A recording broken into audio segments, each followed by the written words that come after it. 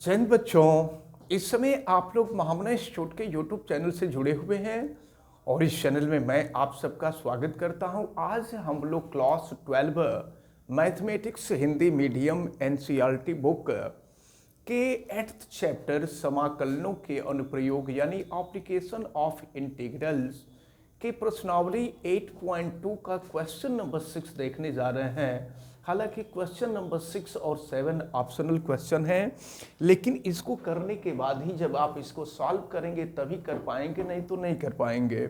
और इसको भी करने के लिए आपको फिगर बनाना ज़रूरी है। जब तक फिगर नहीं बना पाएंगे तब तक आप क्वेश्चन सॉल्व नहीं कर पाएंगे। देखिए क्या दिया हुआ है, वृत्त x square plus Y square is equal to 4। यहाँ पर देखिए वृत्त का केंद्र जो होगा 0 0 होगा। ये वृत्त का समीकरण है। वृत्त का केंद्र 0 0 होगा और वृत्त की त्रिज्या ये a स्क्वायर 4, तो a इक्वल टू 2 हो जाएगा। पहले हम वृत्त को बना लेते हैं। ये है वृत्त और ये है यक्स अक्ष, यक्स एक्स डैश, और फिर ये होगा वाई वाई डैश, और ये इसका सेंटर होगा, केंद्र होगा। और इसकी ये त्रिज्या है, त्रिज्या 2 हो जाएगी। ये भी 2 होगी, ये भी 2 होगी, ये भी 2 होगी। वृत्त का केंद्र है, वृत्त का केंद्र O है और इसको हम बिंदु A मानते हैं और इसका निर्देशांक हम देखें तो 2 0 हो जाएगा, क्योंकि ये डिस्टेंस 2 है और x एक्सिस पे y की वैल्यू 0 होती है। अब हम आगे बढ़ते हैं और देखते हैं क्या दिया हुआ है। तो वृत्त के समीकरण से हमने तो कर लिया वृत्त में जो दिया हुआ था। फिर आगे देखते हैं, रेखा x plus Y is equal to 2। अगर हम 2 को लेफ्ट में ला दें तो x upon 2 plus Y upon 2 equal to 1 हो जाएगा।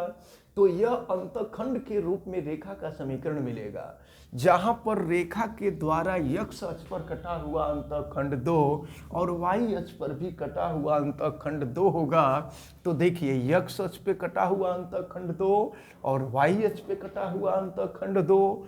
इसका मतलब ये हुआ कि यह रेखा इस तरह से हो करके जाएगी। ये A है तो इसको हम B मान लेते हैं और y पर x की वैल्यू 0 होती है, तो इस बिंदु का निर्देशांक, बिंदु B का निर्देशांक 0 2 होगा और A का निर्देशांक 2 0 होगा। अब आगे बढ़ते हैं, क्या पूछा जा रहा है। तो वृत्त दिया हुआ है और रेखा दिया हुआ है। रेखा का समीकरण x plus Y equal to 2 आपने देख लिया। अब इसको हम इरेज कर देते हैं, इसकी जरूरत यहाँ नहीं है इसलिए इसको इरेज कर दे रहे हैं। इससे घिरे छोटे भाग का क्षेत्रफल ज्ञात कीजिए। छोटा भाग, तो छोटा भाग यही है ना। इस छोटे भाग का क्षेत्रफल हम लोगों को ज्ञात करना है। तो जानते हैं क्या करें, ये जो प्रथम चतुर्थांश है, प्रथम चतुर्थांश में अगर हम वृत्त को लेकर के सॉल्व करेंगे ना तो हमको ये पूरा क्षेत्रफल निकलेगा, लेकिन पूरा क्षेत्रफल नहीं निकालना है हमको, तो केवल इतना ही क्षेत्रफल निकालना है।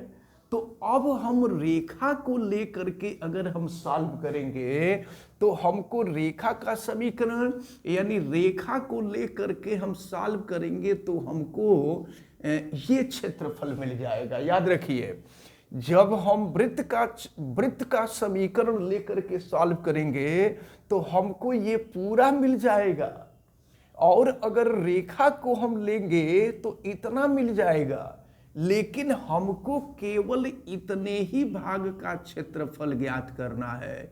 इसलिए हम करेंगे क्या कि इस पूरे भाग का क्षेत्रफल निकालकर रेखा के द्वारा घिरे हुए क्षेत्रफल को हम घटा देंगे। तो ये जो दोनों के बीच वाला जो छोटा पार्ट है, इस छोटे भाग का क्षेत्रफल ज्ञात हो जाएगा। तो चलिए सबसे पहले हम जब फार्मूला अप्लाई करेंगे तो ये इंटीग्रेशन y dx होगा। तो dx होगा तो x की लिमिट लेंगे, यहाँ x की वैल्यू 0, यहाँ x की वैल्यू 2, यानी लोअर लिमिट 0 और अपर लिमिट 2, और ये हम रखेंगे वृत्त के लिए।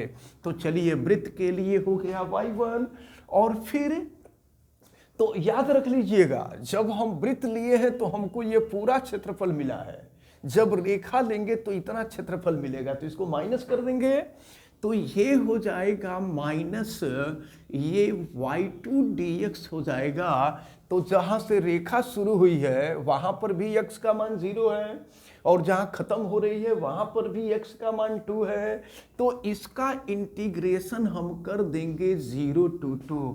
अब सबकी वैल्यू यहां रखी जाएगी, तो चलिए a is equal to integration 0 to 2, यहां से y1 की वैल्यू निकालेंगे, तो y is equal to under root 4 minus X square हो जाएगा, यानी ये हो जाएगा अंडर रूट 4 को हम लिख सकते हैं 2 स्क्वायर, और माइनस लिख देंगे x स्क्वायर, और ये हो जाएगा dx माइनस इंटीग्रेशन 0 to 2, यहाँ से y जो होगा y2 होगा, और ये हो जाएगा आपका 2 माइनस x dx। अब हम जो है यहाँ पर फार्मूला अप्लाई कर दें अंडर रूट ए स्क्वायर माइनस एक्स स्क्वायर के लिए, तो देखें फार्मूला यहाँ पर लगेगा ए स्क्वायर माइनस एक्स स्क्वायर, तो ये हो जाएगा आपका देखें एक्स बाई 2 अंडर रूट हो जाएगा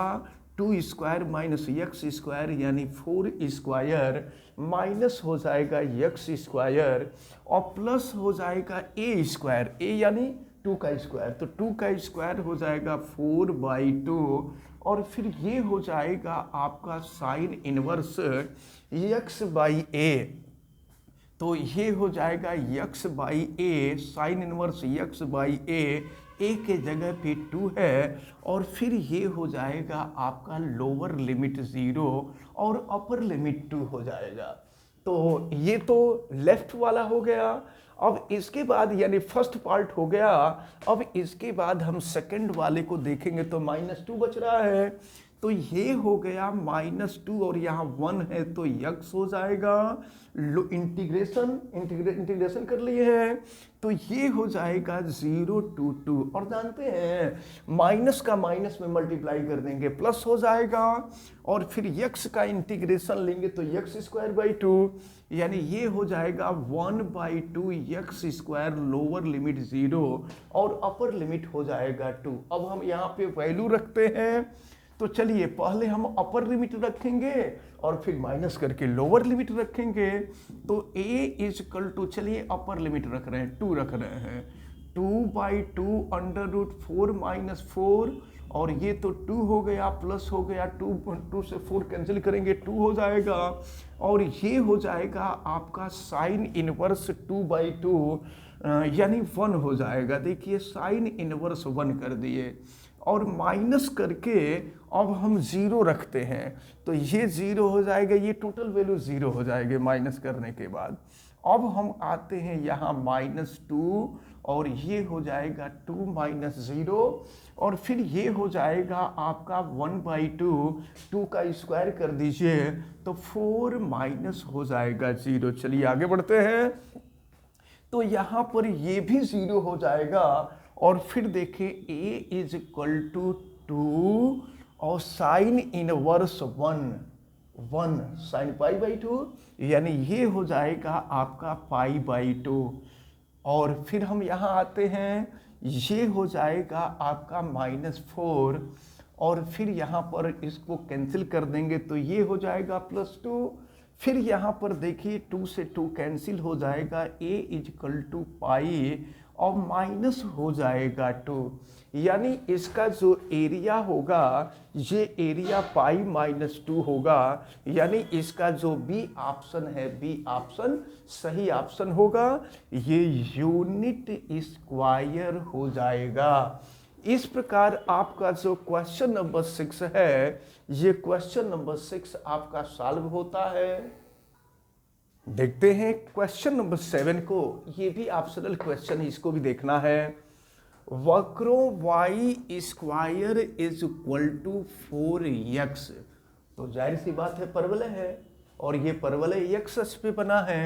तो पहले इसका हम लोग फिगर बना दें, ये x x डैश और ये है y y डैश। चलिए परवलय हम बना लेते हैं, ये है परवलय y square is equal to 4x। और फिर आगे देखते हैं क्या कहा जा रहा है आपसे। फिर आपसे कहा जा रहा है, और देखिए ये शीर्ष, ये जो है शीर्ष है, शीर्ष का निर्देशांक 0 0 होता है, आपको मालूम है। तो ये अगर a है और इसका कोऑर्डिनेट 0 0 है, तो फिर आगे बढ़ते हैं हम और देखते हैं क्या है फिर। और y is equal to 2x, y is equal to 2x। देखिए इसमें c नहीं है, c होता तो रेखा के द्वारा y अक्ष पर अंतरखंड काटा जाता, c की वैल्यू 0 है।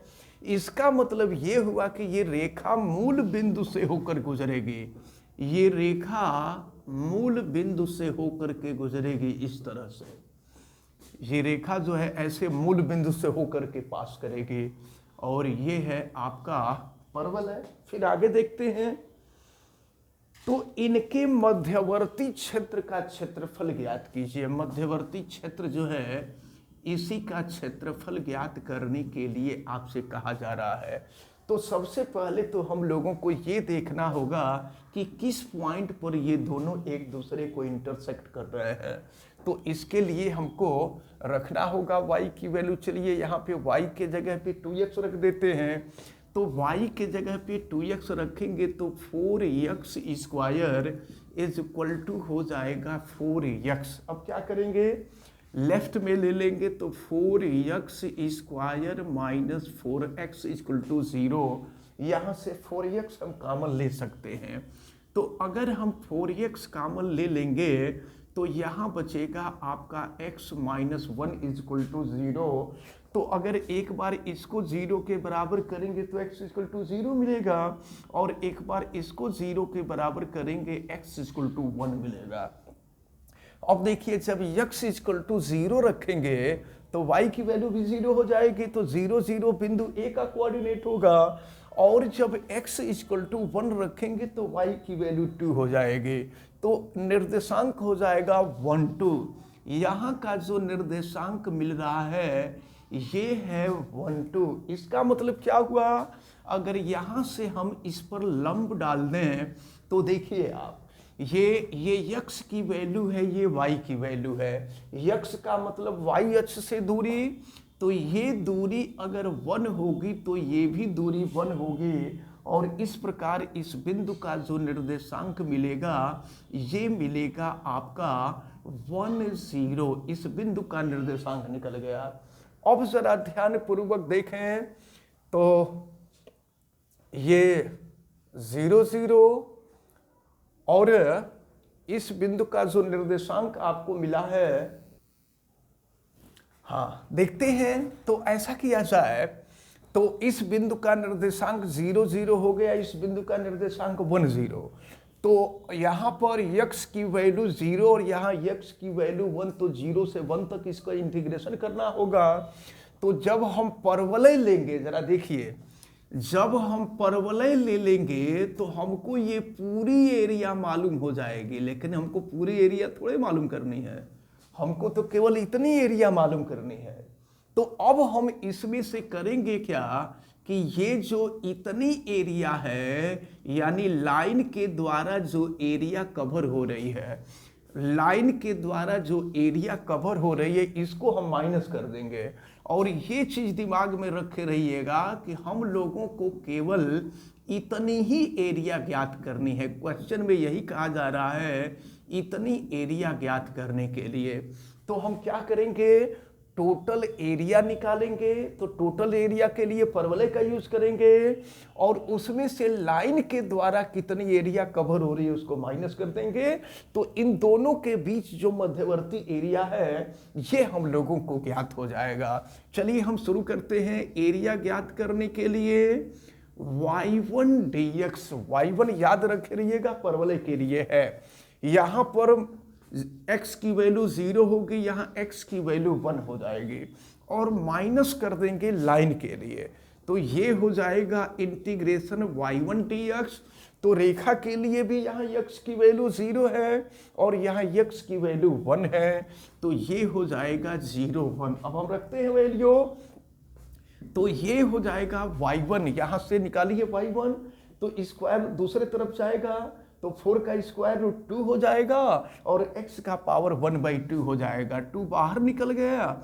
Integration 0 to 1 x to the power 1/2 dx minus, ये हो जाएगा 0 to 1 y1 के जगह पे 2x, तो 2 हम बाहर कर देते हैं और ये हो जाएगा x dx। अब हम लोग इसको सॉल्व कर लें, तो a equal to 2x to the power 1/2 का integration x to the power 3/2 upon 3/2, तो x to the power 3/2 upon 3/2, तो 2 ऊपर चला जाएगा, 3 नीचे आ जाएगा, लोअर लिमिट 0 अपर लिमिट 1 हो जाएगा, और -2 x का इंटीग्रेशन x स्क्वायर बाई 2 हो जाएगा, तो ये 2 और x square lower limit 0 upper limit 1 हो जाएगा।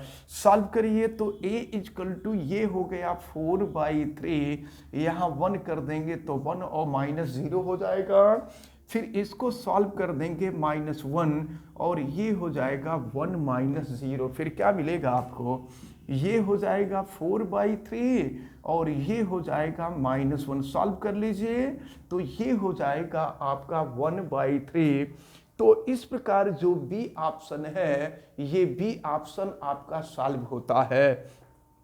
तो इस प्रकार ये जो प्रश्नावली 8.2 थी, ये प्रश्नावली 8.2 आपकी कंप्लीट होती है और इसमें जितने क्वेश्चन थे सभी क्वेश्चन आपको बताए जा चुके हैं।